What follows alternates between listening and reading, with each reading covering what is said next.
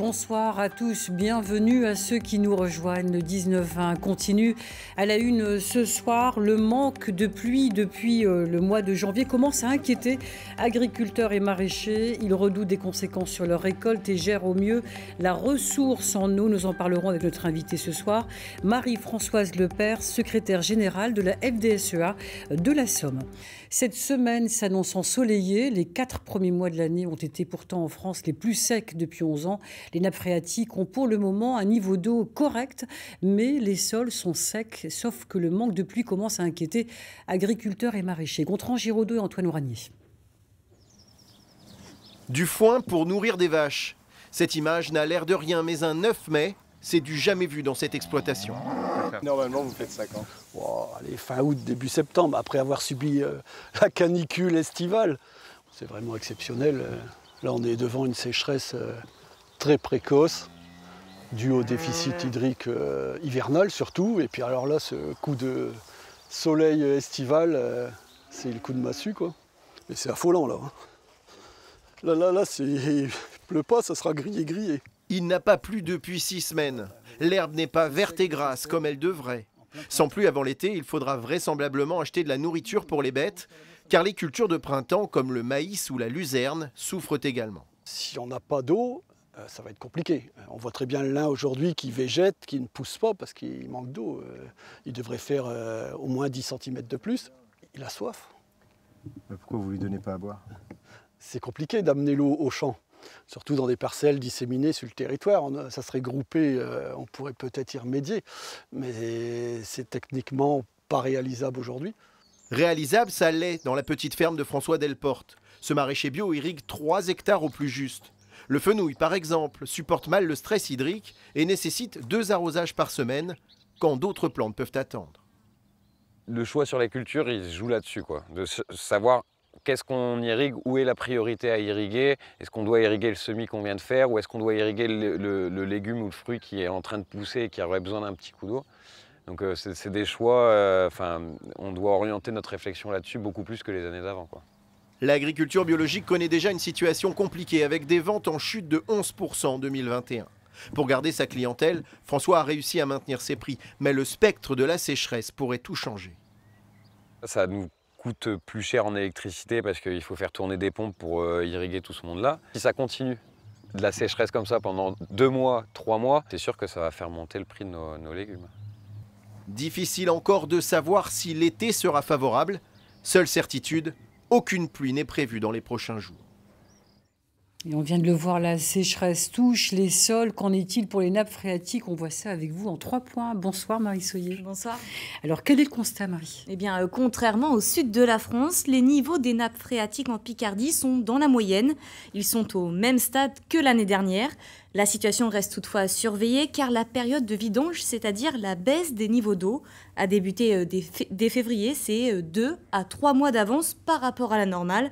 Autre problème, la végétation a poussé, donc en cas de pluie, ça ne va pas remplir les nappes, mais davantage nourrir les plantes et les arbustes. Alors est-ce qu'il y a des endroits plus touchés que d'autres? Et oui, pour le moment, il y a 2 territoires qui sont plus critiques. La rivière Lavre d'abord, c'est un affluent de la Somme qui prend sa source à la frontière de l'Oise. Les spécialistes suivent de près Lavre car les débits diminuent fortement. Situation similaire dans le secteur du littoral avec le fleuve côtier la Mai qui se jette au nord de la baie de Somme. Pour ces 2 cours d'eau, on se rapproche du seuil de vigilance, un seuil, vous le savez, synonyme de mesure de restriction d'eau. À partir de quand la situation pourrait être inquiétante? Eh bien, d'après les météorologues, s'il ne pleut pas d'ici 1 mois et demi, on pourrait s'orienter vers une sécheresse importante. Attention, il s'agit d'une hypothèse. Pour l'instant, en Picardie, ce n'est pas le cas pour les nappes phréatiques. Même si les niveaux ont commencé à baisser tôt, les recharges en eau ont été importantes au début de l'hiver. Merci beaucoup Marie pour ces précisions très complètes. Et on poursuit avec vous. Bonsoir. Bonsoir.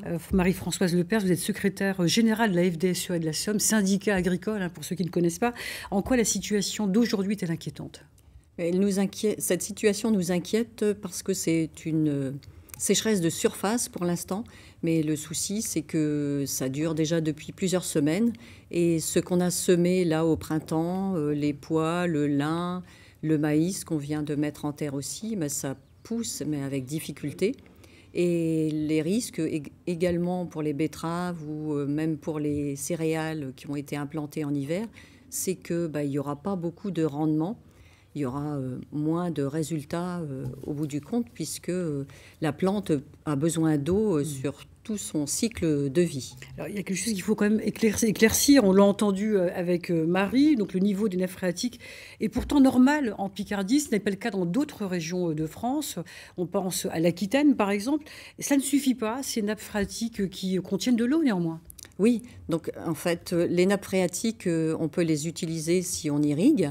Et ce que certains font parce qu'ils ont des autorisations et un volume bien déterminé au départ, ce qui fait que c'est une irrigation qui est vraiment bien gérée. Et ça, c'est possible quand on a le matériel, mais si on n'a pas l'irrigation ni de puits pour irriguer, eh bien... Ce n'est pas le cas en Picardie, c'est ce que vous dites. C'est pas le cas pour toutes les exploitations agricoles. Et encore moins, en élevage où, en général, on n'a pas d'autorisation pour irriguer les prairies ni le maïs. Alors, on a vu 2 exemples au début de ce journal. Est-ce que cela touche beaucoup d'agriculteurs, d'éleveurs aujourd'hui ? Bien oui, ça touche beaucoup d'éleveurs parce que là, au printemps, les animaux vont au pré. La première pousse d'herbe, ça va aller. Mais s'il n'y a pas de pluie derrière, il n'y a pas de seconde pousse qui va se faire.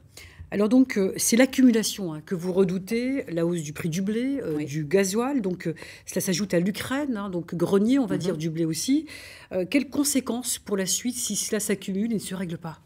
Les conséquences, ce sera moins de rendement sur, par exemple, les céréales, mais aussi sur les autres cultures, comme les betteraves, les pommes de terre. Et puis aussi pour les éleveurs, à un moment donné, il n'y aura plus suffisamment d'herbe et il faudra acheter de l'alimentation. Alors, vous demandez un accompagnement de l'État aujourd'hui ? Si ça dure, oui, il faudra peut-être aider les agriculteurs et peut-être alléger les charges qui nous incombent. Les charges de quel ressort ? C'est-à-dire au niveau de la MSA ou au niveau fiscal, des aides pour pouvoir financer plus facilement nos dépenses. Merci beaucoup Marie-Françoise Lepers d'avoir accepté notre invitation.